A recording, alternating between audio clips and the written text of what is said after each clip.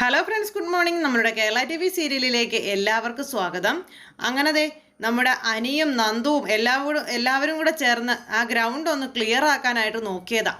അങ്ങനെ എല്ലാവരെയും ഇടിച്ച് നിരപ്പാക്കുന്ന കൂട്ടത്തിൽ നമ്മുടെ അനിക്ക് ചെറുതായിട്ടൊരു പരിക്കേറ്റു. വേറൊന്നുമല്ല, വേറൊരുത്തൻ, അതായത് എതിർവശത്തുണ്ടായിരുന്നവൻ ബാറ്റ് വെച്ച് തലക്കടിച്ചു.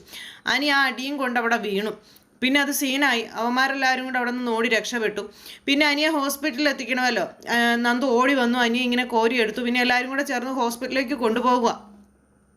അങ്ങനെ കൊണ്ടുപോയി കഴിഞ്ഞപ്പോഴത്തേക്കും എല്ലാവർക്കും ആകെ പേടി. കാരണം അനിക്കാണല്ലോ ഇങ്ങനൊരു ഇത് പറ്റിയത്. അനി എന്ന് പറഞ്ഞ് ഇവരുടെ ഗ്യാങ്ങിലുള്ള ആളല്ല, പുറത്തുനിന്നുള്ള ആളല്ലേ.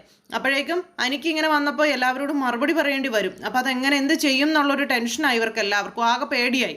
എല്ലാവരും പേടിച്ച് വരച്ചിങ്ങനെ നിൽക്കുക. കാരണം അനിയുടെ വീട്ടുകാർ ചോദിച്ചു വരും എന്നുള്ളൊരിതിൽ. നന്ദുവിനാണെങ്കിൽ ശരിക്കും പേടിയായി. നന്ദുവിൻ്റെ കൂടെ ആയിരുന്നു അനിയെന്നങ്ങ് അറിഞ്ഞു കഴിഞ്ഞിട്ടുണ്ടെങ്കിലോ കാര്യം മൊത്തത്തിൽ കുളമാവും. അപ്പം അങ്ങനെ ആ ഒരു പേടിയിലും ഭയത്തിലും ഇങ്ങനെ നമ്മുടെ നന്ദു ഇങ്ങനെ എന്തായാലും എന്ത് കാര്യമാണെങ്കിലും കട്ടയ്ക്ക് കൂടെ നിൽക്കുമല്ലോ. അപ്പോൾ അങ്ങനെയൊക്കെ കൊണ്ടുപോകണം. അങ്ങനെ അനിയെ കൂടെ നിർത്തി, അല്ലെങ്കിൽ അനിക്ക് കൊടുക്കുന്ന കെയറിങ്ങും കാര്യങ്ങളൊക്കെ കണ്ടു കഴിഞ്ഞപ്പോൾ നന്ദുവിനോട് പ്രത്യേക ഒരു ഇത് നമ്മുടെ അനിക്ക് വരെ തോന്നുന്നുണ്ട്. പിന്നെ ഹോസ്പിറ്റലിൽ കൊണ്ടുപോയി തലയിൽ മറ്റു കാര്യങ്ങളും ഇതെല്ലാം റെഡിയാക്കുകയൊക്കെ ചെയ്യുവാണേ. അതെല്ലാം കഴിഞ്ഞ് ഇത്രയും നേരമായിട്ട് മകളെ കാണാതെ വന്നു കഴിഞ്ഞപ്പോഴേക്കും നമ്മുടെ കനകത്തിനാകെ ടെൻഷനായി. കനകം ഇവളിത് എവിടെ പോയി, ഇവളെ കൊണ്ട് ഒരു രക്ഷയില്ലല്ലോ എൻ്റെ ദൈവമേ എന്നൊക്കെ പറഞ്ഞുകൊണ്ട് ഇങ്ങനെ നടക്കുക. അനിയെ ആ ഹോസ്പിറ്റലിലാക്കി അനിയുടെ കാര്യങ്ങളെല്ലാം നോക്കിയിട്ട് നന്ദു ഇങ്ങനെ വീട്ടിലേക്ക് വരാൻ തുടങ്ങും. അപ്പോൾ നന്ദു എന്ത് ചെയ്യും? അനിയെ കൊണ്ടുവിടാൻ പറ്റത്തില്ല, മൊത്തത്തിൽ കാര്യങ്ങളെല്ലാം ഇതാവൂല. അപ്പോൾ കൂട്ടുകാരോട് അനിയെ അനന്തപുരിയിലേക്ക് കൊണ്ടാക്കാനായിട്ട് പറഞ്ഞു. ഈ സമയത്ത് അനാമിക എവിടെ കിടന്ന് വിളിയാണ്. അനിയെ വിളിച്ചിട്ടൊന്നും കിട്ടുന്നില്ല. ഒരു രീതിയിലും വിളിച്ച് കോൾ അറ്റൻഡ് ചെയ്യാനായിട്ടോ ഒന്നും പറ്റുന്നില്ല. അങ്ങനെ ആ ഒരു ഇതിൽ അനാമിക അവിടെ കിടന്ന് ഭയങ്കരമായിട്ട് ടെൻഷൻ അടിക്കുക കേട്ടോ. അപ്പോൾ അനി ഇവിടെ ഹോസ്പിറ്റലാണെന്നുള്ള ആ ഒരു ഇതൊന്നും പുള്ളിക്കാരിക്ക് അറിയില്ല. അപ്പോൾ അനി എന്നിട്ട് കുറേ ദേഷ്യപ്പെടുകയൊക്കെ ചെയ്തു. ആ ആൺവേഷം കിട്ടിയ പെണ്ണിൻ്റെ കൂടെ ആയിരിക്കും, അങ്ങനെയൊക്കെയുള്ള ഒരു രീതിയിലൊക്കെ ഈ അനാമിക ഇങ്ങനെ ചിന്തിക്കുന്നു. അങ്ങനെ ആ ഒരു കാര്യങ്ങളൊക്കെ അവിടെ നടക്കുന്ന സമയത്ത് പിന്നീട് ആദർശിനെയും അതുപോലെ തന്നെ രവിയെയും കൂടെ അവിടെ ഇരുത്തി ഇങ്ങനെ ജയനെയും കൂടി ഇരുത്തി ഇങ്ങനെ സംസാരിക്കുക. അപ്പോൾ ഇവർ അത് മുത്തശ്ശൻ, അപ്പോൾ ഇവരിരുന്ന് സംസാരിച്ചുകൊണ്ടിരിക്കുന്ന സമയത്ത് ദേവയാനിയുടെ കാര്യങ്ങൾ എടുത്തിട്ടു. അപ്പോൾ ദേവനായനിയുടെ കാര്യങ്ങൾ സ്വാഭാവികമായിട്ട് അതിലേക്ക് വരുമല്ലോ.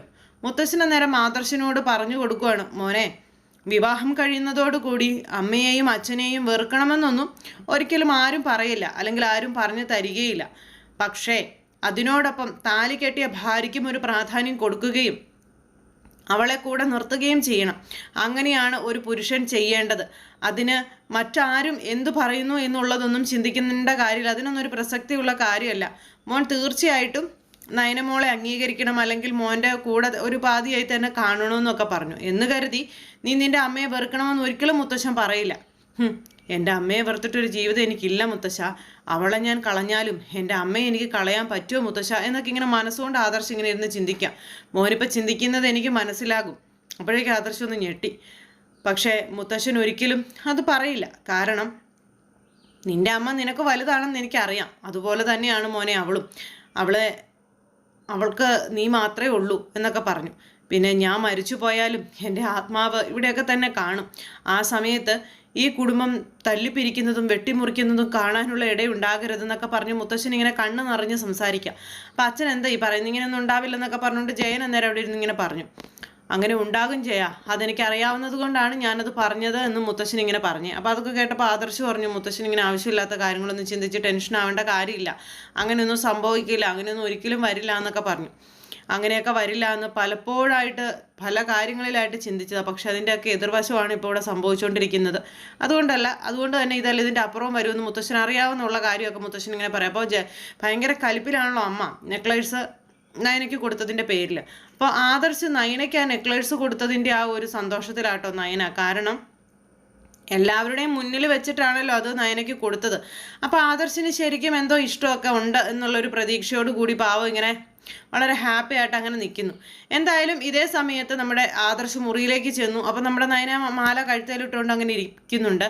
പെട്ടെന്ന് ആദർശി മാല കണ്ടപ്പം നീ ഇതുവരെ അഴിച്ചു വെച്ചില്ലേന്ന് ചോദിച്ചു. ഓ, വലിയ സ്വർണ്ണ നെക്ലേസൊക്കെ കിട്ടിക്കഴിഞ്ഞപ്പോഴത്തേക്കും അഹങ്കാരം അങ്ങ് തലയിലേക്ക് അങ്ങ് കയറിയല്ലേന്ന് ചോദിച്ചപ്പോൾ ആദർശേട്ടൻ എന്തൊക്കെയാ പറയുന്നത്? ഞാനെന്തിനാ അഹങ്കരിക്കുന്നത്? അതുമാത്രമല്ല, ഇത് എനിക്ക് തരണമെന്ന് ഞാൻ ആദർശേട്ടനോട് ആവശ്യപ്പെട്ടോ? ഇല്ലല്ലോ. ആദർശേട്ടൻ്റെ സ്വന്തം ഇഷ്ടത്തിന് തന്നിട്ട് എന്തിനാ എന്നോട് ഇങ്ങനെയൊക്കെ പറയുന്നതെന്ന് ചോദിച്ചു. അത് പിന്നെ നീ നീ ഡിസൈൻ ചെയ്തതല്ലേ, അപ്പോൾ നിനക്ക് തരണമെന്ന് തോന്നി, അതുകൊണ്ടാണ് ഞാൻ തന്നത്, അല്ലാതെ അതിന് മറ്റർത്ഥമൊന്നും നീ കാണണ്ടാന്ന് പറഞ്ഞു. ഞാനെന്താ അർത്ഥം കണ്ടെന്നാ? പിന്നെ ആദർശേട്ടൻ ഇതെനിക്ക് തന്നത് ആദർശേട്ടൻ എന്നോടുള്ള സ്നേഹം കൊണ്ടല്ലേ, അതുകൊണ്ടല്ലേ ആദർശേട്ടൻ ഇതെനിക്ക് സമ്മാനമായിട്ട് തന്നത്.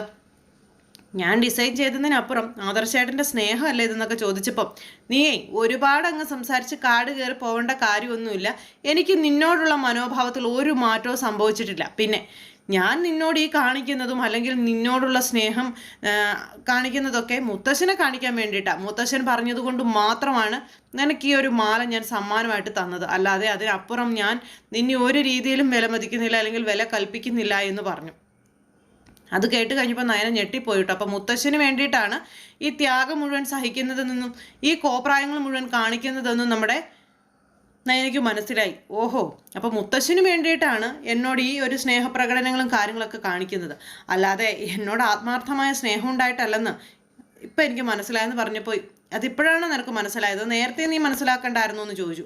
എന്തിനാ പിന്നെ എന്നെ വിളിച്ചുകൊണ്ട് വന്നത് എന്നൊക്കെ ഇങ്ങനെ ചോദിച്ചപ്പോൾ, ഇറങ്ങിപ്പോയ നിന്നെ ഞാൻ തിരിച്ചു വിളിച്ചുകൊണ്ട് വന്നു എന്ന് കരുതി അതിൻ്റെ പേരിൽ നീ എൻ്റെ തല തിന്നാനൊന്നും വരണ്ട, അതും ഞാൻ മുത്തശ്ശന് വേണ്ടി തന്നെ ചെയ്തതാ, അല്ലാതെ എനിക്ക് വേറെ ഒരു ഇതും ഉണ്ടായിട്ടില്ല. പിന്നെ ആ ഒരു കാര്യവും പറഞ്ഞ് ദൈവത്തെ ഓർത്ത് നീ എൻ്റെ സ്വസ്ഥത കിടത്തരുത്, എന്നെ ഒന്ന് ജീവിക്കാൻ അനുവദിക്കാനൊക്കെ പറഞ്ഞുകൊണ്ട് നയനോട് വളരെ എന്താ പറയുന്നത്, വളരെ മോശമായ രീതിയിൽ ആദർശ് സംസാരിക്കുന്നു. നയനയ്ക്ക് ഒന്നും സഹിക്കാൻ പറ്റുന്നില്ല, അതിനപ്പുറം രീതിയിൽ സംസാരിക്കുന്നു. അപ്പോൾ ഇതൊക്കെ കേട്ട് നമ്മുടെ നയനയുടെ അവസ്ഥയൊന്ന് ഓർത്ത് വയ്ക്കുക. നയന ശരിക്കും തകർന്നു പോയിട്ടോ. നയന ഇങ്ങനെ ആകെ വിഷമിച്ച് ഇങ്ങനെ നിൽക്കുക. അപ്പോൾ മുത്തശ്ശന് വേണ്ടിയാണല്ലോ തൻ്റെ ഭർത്താവ് ഇത്രയും വലിയ ത്യാഗങ്ങളൊക്കെ ചെയ്യുന്നത്, അതുപോലെ തന്നെ ഇങ്ങനെ എന്താ പറയുന്ന ഒരു കോമാളിയുടെ വേഷം കെട്ടി ചാടിക്കുന്നത് എന്നൊക്കെ ഇങ്ങനെ ചിന്തിച്ചു. അപ്പോൾ ആ മാല ഊരിയിട്ട് ആദർശിൻ്റെ കയ്യിലേക്ക് കൊടുത്തു. ഇനിയും ഈ കോമാളി വേഷം കെട്ടാനായിട്ട് എന്നെ കിട്ടില്ലെന്ന് പറഞ്ഞു. യാതൊരു രീതിയിലും ആദർശേട്ടൻ്റെ ഒരു ഔദാര്യത്തിൻ്റെയും ആവശ്യം എനിക്കില്ല എന്നും പറഞ്ഞുകൊണ്ട് നമ്മുടെ നയന ഇങ്ങനെ പറയാം. അപ്പം നയന തിരിഞ്ഞിട്ടുണ്ടെങ്കിൽ ആദർശിൻ്റെ ബിസിനസ് തന്നെ ഇപ്പം കിടന്നുലയുന്ന ആ ഒരു അവസ്ഥയിലാണ്. അതൊക്കെ അറിയാം, എങ്കിൽ മാന്യമായൊരു സ്നേഹം സ്വന്തം ഭാര്യയ്ക്ക് കൊടുക്കുക, അത് ആദർശ് ചെയ്യില്ല. അമ്മ പുരാണം പാടിക്കൊണ്ട് ഇങ്ങനെ നടന്നു. അങ്ങനെ ആ ഒരു കാര്യം അവിടെ സംഭവിക്കുന്നു. തലയെടുപ്പോട് കൂടി നയന അങ്ങ് ഇറങ്ങിപ്പോയി. അങ്ങനെ ആദർശ് തന്നെ ചതിക്കുകയായിരുന്നു എന്ന് മനസ്സിലാക്കിക്കൊണ്ടാണ് നമ്മുടെ നയന എല്ലാം മുഖത്തേക്ക് വലിച്ചെറിഞ്ഞു കൊടുത്തിട്ട് അവിടെ നിന്ന് ഇറങ്ങിപ്പോകുന്നത്. അങ്ങനെ ആ ഒരു കാര്യങ്ങൾ അവിടെ നടക്കുന്നു. എന്തായാലും നയനയെ മെരുക്കാനും പറ്റുന്നില്ല, ഒരു രീതിയിലും പറ്റുന്നില്ല. നയന മര്യാദയ്ക്ക് വരുമ്പം ഇയാൾക്കാണെങ്കിൽ അതിട്ട് പറ്റണമില്ല. ഇവരുടെ പ്രശ്നങ്ങൾ ഒരിക്കലും തീരാത്ത ഒരു പ്രശ്നമായിട്ട് അവിടെ നിൽക്കുന്നു. ഈ സമയത്ത് അനി ആ വീട്ടിലേക്ക് കയറി വരുന്നത്. വീട്ടിലേക്ക് കയറി വന്നപ്പോൾ എന്താ, ഹനിയുടെ തലയിൽ നിറയെ കെട്ടൊക്കെ. പിന്നെ അവിടെ ഒരു ഭൂകമ്പം തന്നെയായിരുന്നു. എല്ലാവരും കൂടെ ഓടിക്കൂടി എല്ലാവരും വന്നു, എനിക്കെന്താ പറ്റി എന്നുള്ള ആ ഒരു കാര്യങ്ങളൊക്കെ ഇങ്ങനെ ചോദിക്കുക. പക്ഷെ അനി അന്നേരം കളിച്ചപ്പോൾ പറ്റിയത് അത് പറ്റിയത് ഇത് പറ്റിയതാന്നൊക്കെ പറയുന്നുണ്ട്. ഈ നേരത്ത് നമ്മുടെ നന്ദു വീട്ടിൽ ചെന്ന് നന്ദുവിനെ കണ്ടപ്പോഴത്തേക്കും കനക ഉറഞ്ഞു തുള്ളിക്കൊണ്ടിങ്ങനെ ഇറങ്ങി വന്നു. നീ എവിടെയായിരുന്നടി എന്നും ചോദിച്ചുകൊണ്ട്. എൻ്റെ ദൈവമേ, ഇവളെ കൊണ്ട് എനിക്ക് ഒരു സമാധാനവും ഇല്ല. സാധാരണ ഈ പ്രായത്തിലുള്ള ആൺമക്കൾ വീട്ടിലുള്ളപ്പോഴാണ് അമ്മമാർക്ക് സമാധാനക്കേട്. ഇതിപ്പം നേരെ തിരിച്ചായല്ലോ ഭഗവാനെ. ഇവൾ ഈ വീട്ടിൽ ഉള്ളിടത്തോളം കാലം എൻ്റെ പൊന്നെ എനിക്ക് ഓർക്കാൻ വയ്യ, എനിക്ക് ആകെ ടെൻഷനാണ്, ഇതാണെന്നൊക്കെ ഇങ്ങനെ പറഞ്ഞപ്പം എൻ്റെ ചന്ദ്രൻ നീ ഒന്ന് അടങ്ങാൻ പറഞ്ഞു. അച്ഛൻ പറഞ്ഞു, ഞാൻ എങ്ങനെ അടങ്ങാനാ എൻ്റെ ഇതേട്ടാ, ഇവള് കാണിക്കുന്നത് എന്താ, ഒരു രീതിയിലും സമാധാനത്തോടു കൂടി ജീവിക്കാൻ ഇവള് സമ്മതിക്കില്ലെന്ന് വെച്ചാൽ ഞാൻ എന്ത് ചെയ്യാനാണെന്നൊക്കെ ഇങ്ങനെ ചോദിച്ചു. അവന് മോളൊന്നും ചെയ്തില്ലല്ലോ, ഒന്നും ചെയ്തില്ലേ, ഈ പോക്ക് പോയതെന്നാ, ഒന്നും ചെയ്തതല്ലേന്നും ചോദിച്ചുകൊണ്ടായി. പിന്നെ കനക നന്ദു ഇതൊന്നും എന്നെ ബാധിക്കുന്ന പ്രശ്നമേ അല്ലെന്നും പറഞ്ഞുകൊണ്ട് അങ്ങോട്ടും ഇങ്ങോട്ടൊക്കെ തലയാട്ടിക്കൊണ്ട് ഇങ്ങനെ നിൽക്കുന്നു. ഇതൊന്നും ഞാനൊന്നും അറിഞ്ഞില്ലേ രാമനാരായണ എന്നുള്ളൊരു മട്ടില്ല. അങ്ങനെ നമ്മുടെ കനകം കാര്യങ്ങളെല്ലാം പറഞ്ഞ് അവിടെ നിന്ന് ആവലാദികളും വേവലാദികളും ഒക്കെ പറയണു. നന്ദു ഇതൊന്നും കേട്ട ഭാവം പോലും നടിക്കാതെ അവിടെ നിൽക്കുന്നു. അപ്പോഴേക്കും അച്ഛൻ മകളെ ഉപദേശിക്കുന്നു, ഇനിയെങ്കിലും മോളൊന്ന് അമ്മ പറയുന്ന കാര്യമൊക്കെ കേൾക്കണമെന്ന് പറഞ്ഞു. അപ്പോൾ അമ്മ പറയുന്ന കാര്യങ്ങളൊക്കെ ഞാൻ കേൾക്കുന്നുണ്ടല്ലോ അച്ഛാ, ഞാൻ അതിനപ്പുറം ഒന്നും ചെയ്യുന്നില്ലല്ലോ അച്ഛാ എന്നൊക്കെയാണ് മകളുടെ ഭാഗം. അങ്ങനെ ആ ഒരു സംസാരത്തിലൂടെ ആ ഒരു സെറ്റപ്പും കാര്യങ്ങളൊക്കെ അങ്ങനെ അവിടെ നടക്കുമ്പോൾ ഈ അനാമിക ഉണ്ടല്ലോ, എന്ത് ചെയ്തിട്ടും അനിയെ വിളിച്ചിട്ട് കിട്ടാതെ വന്നപ്പോഴത്തേക്കും എന്തോ ഒരു ദുരന്തം അല്ലെങ്കിൽ എന്തോ ഒരു ആപത്ത് സംഭവിച്ചിട്ടുണ്ടെന്ന് മനസ്സിലാക്കിക്കൊണ്ട് പറന്നു അനന്തപുരിയിലേക്ക് വന്നു.